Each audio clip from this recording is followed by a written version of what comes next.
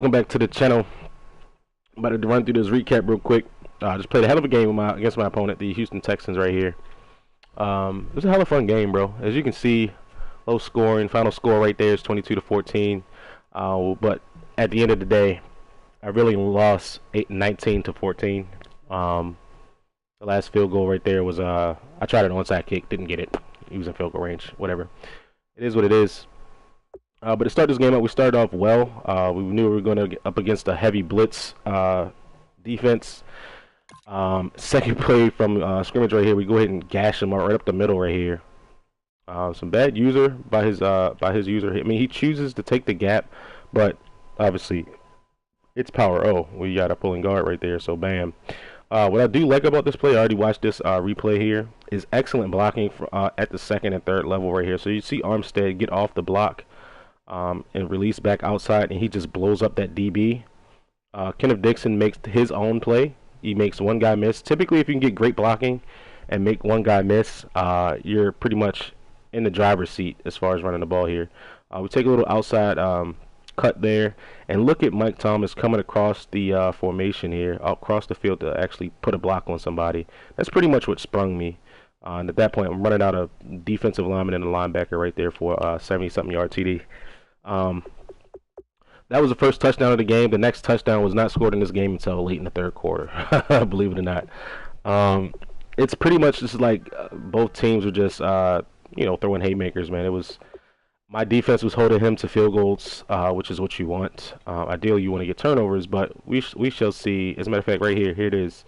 In my opinion, if you're gonna trigger a fumble animation, let it be a fumble. Like, that was a big enough hit for it to be a fumble. Anytime you try juke moves out in open space and there's a big hitter in pursuit, it's most likely going to be a fumble in Madden 17, bro. Kenny Vaccaro comes down, lays the wood on the halfback. If you, I guess, move it down here, his elbow touches first, which I believe it may or may not be what caused the fumble, but in any case, his elbow was down, so it's not ruled a fumble. It's called back. Takes a couple short completions there and proceeds to kick his field goal. Now, right here in the second quarter, this is when we put together one of our strongest drives of the game. And with 1 minute and 21 seconds left, we're driving. We had pretty much, dink and dunked his cover 3 all the way down the field. And then we get the look that we're actually, that we've been looking for. A lot of people inside the red zone, they go to cover 2 as a base defense to try to take away the short intermediate stuff, blah blah blah blah blah, whatever the case may be. At the snap of the ball, we see the safety split. At this point, I wanted to go to either of the crossing routes, but because the way the safety split, I'm like, I can hit this post coming across if his user does not stay back. We put an in route from our tight end and a slant from Cooks and motion him inside, which basically forces users to pay attention to both of those crossing routes. I want him to jump the in route and I want him to fall back to the slant route. And what that does is it leaves the post coming right behind it, man. And this is not a money play, but like a money concept. You know what I mean? If it's cover 2 defense, and you can get a user to bite down on some shallow crossing routes, and you got a post behind it, pretty much what he does, as a matter of fact, to be completely honest. But right here is the interception that pretty much sealed the game. It's tough to say you can seal a game in the second quarter, but at the end of the day, this takes 7 points off the board. Look at where 13 is and look at where the ball is placed. You can't tell me that this is not the perfect throw for the play. Now, for whatever reason, obviously when you pass the ball, your cursor goes from the quarterback to the receiver. So as you can see right here, my cursor goes to number 13, and what happens is I get this weird animation. Look at the shuffle of the feet right here is pretty much what probably takes away this ball. Michael Thomas is a 93 overall, 92, 93. I think he has like 95 catching traffic, 95 catching. He's pretty much used primarily as a possession receiver. And for that to happen right there at the goal, like inside the red zone, bro, like that's something that should not be in the game, man. Like, that took points off the board. That little shuffle right there. Now, it may or may not have been, something that, took points off the board. But at the end of the day, I can aggressive catch this at the back of the end zone, and there's nothing that they can do about it. It's cover two. It's a post. It's supposed to beat this defense. Um, yeah, but in any case, that little shuffle of the feet, defender gets to put his hands on the ball, and then his teammate comes and scoops it up right there. So at that point, the score is 7-3. No, 7-6. I'm sorry. Um, and I would have been up 14-6 at that point. It changed the whole dynamic of the rest of this game because, as you can see, my defense held them to 5 field goals, bro. Our defense held them to 5 field goals. We did not get the dub. It is what it is, man. Shout out to my opponent. He played a good game. This is pretty much what he beat me with. Well, not beat me with, but what he utilized down the field. Drags and crossing routes is pretty much it. You force somebody to defend one or the other.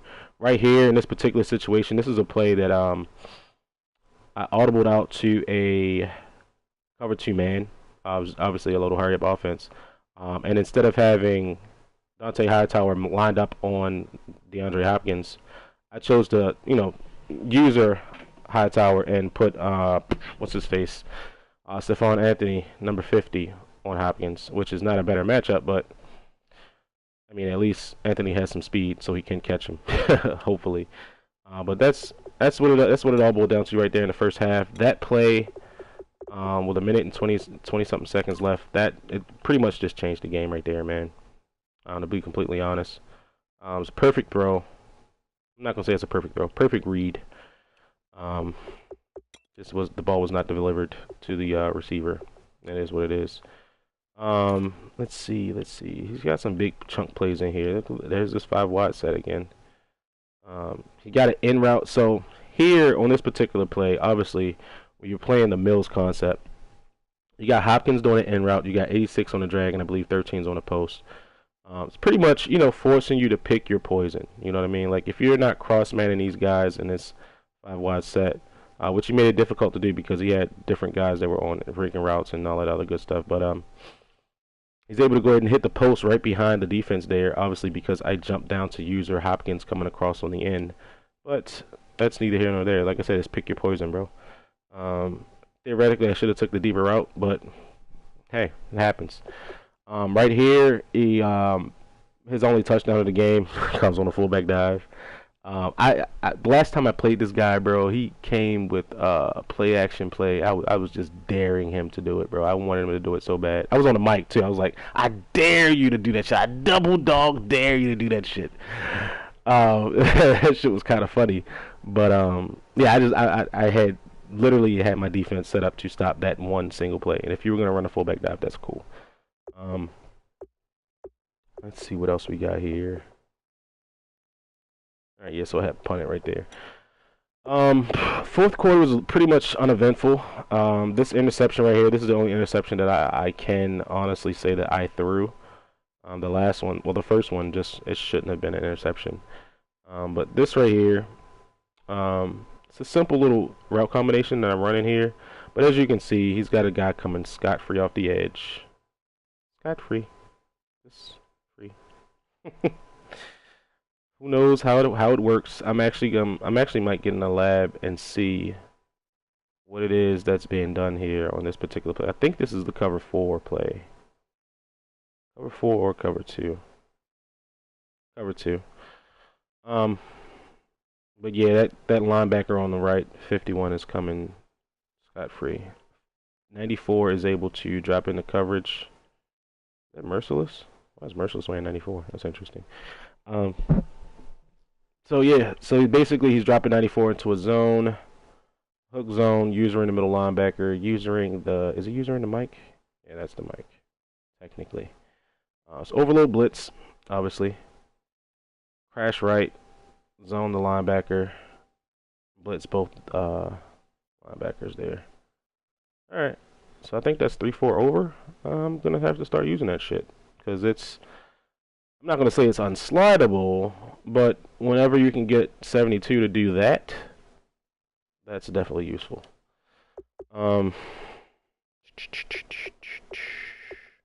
Yeah, like I said, man, we pretty much clamped down on on his offense. Limited them to field goals here. Ha. So here's the other touchdown here, right? This is one of the plays that I like to go to inside the red zone, because a lot of people like to play this particular defense right here. This is the 44 defense, cover two invert, right? I like to run screens. If you're gonna come out and cover in the 44 defense, I will run screens and it will work, right? Now the way he runs his cover two invert, apparently he mans up the outside receivers. So as you can see here, 21 is in man coverage on Duke Johnson, who I have outside there. But because the way that it's a one-step drop from the quarterback, and pretty much I have a two-way go here. I mean, I should have a two-way go. I know it's not man coverage because I snap the ball, I look at the left, and then I look right. Because if I see a man come down to the slot guy, I immediately look right because I can hit the corner route by number 80, right? That is not there. Like I look to the left, it's man. I look to the right, it's zone. So I fucking panic and I just basically just click the little QB rollout animation and I score a touchdown. That shit was pretty dope. So I made my two reads and then I still had time to actually get up and get into the end zone. Good shot block by 72 right there. It's pretty fucking dope. 94 clips my legs, but I get into the end zone. It doesn't matter. So we tried the onside kick right here, man. We're not able to get it. Stop him on. We get a negative 3-yard gain right here. I think the first play was a halfback counter out of I think it was a heavy set, so it's like 4 tight ends on the line or something like that. I mean, 4 tight ends in the game. It's one of those sets that you can audible between that as well as goal line, which kind of sucks. But you know, if you know how to scheme with that shit, then yeah. Stop him for a negative 3, and then we get him on a 1-yard gain right here. But obviously, you're in a dome. Ball spotted at the 38, 39-yard line. It's pretty much a gimme for a field goal, bro. To be honest, and even still right here, we tried to get fancy. I came out and predicted that he was going to play man coverage, so we basically just went to a little speed out route here on the left-hand side. Well, a speed in, should I say, because the speed out was taken away. If you look to the left, that's taken away over there. So I'm like, all right, cool. I'll just dump it down. Get up, make another, run another play here. And I had wide receiver screen as my play call so I could get to it because I knew it was going to be my final play. But ideally, I would have wanted to have Cooks there. We run it right here, get the ball. We're going to try to cut inside, basically across the field, and it just did not. The blocking did not hold up the way that I wanted it to. It is what it is, man. I probably would have been better off running a halfback screen as my base play. But that's neither here nor there. It's a good game by my opponent, man. Like I said, without this field goal right here with 26 seconds left, the score is 19-14. Yeah, I mean, given the fact that this touchdown was negated by a weird-ass animation glitch with my wide receiver, yeah, that's pretty much what it all boils down to right there. The football games are not won and lost on one play, but they can considerably swing games, to be completely honest here. Yeah, that's it. If this doesn't happen, and I saw it after I threw it. I'm like, because you know it's only a split second when you throw a pass, but I saw the legs, and I was like, what the fuck was that? That's just insane, bro. And then for it to happen like this, like a tip ball, and then come and scoop it up at the back line. Good play by Andre Hale. But I'm out.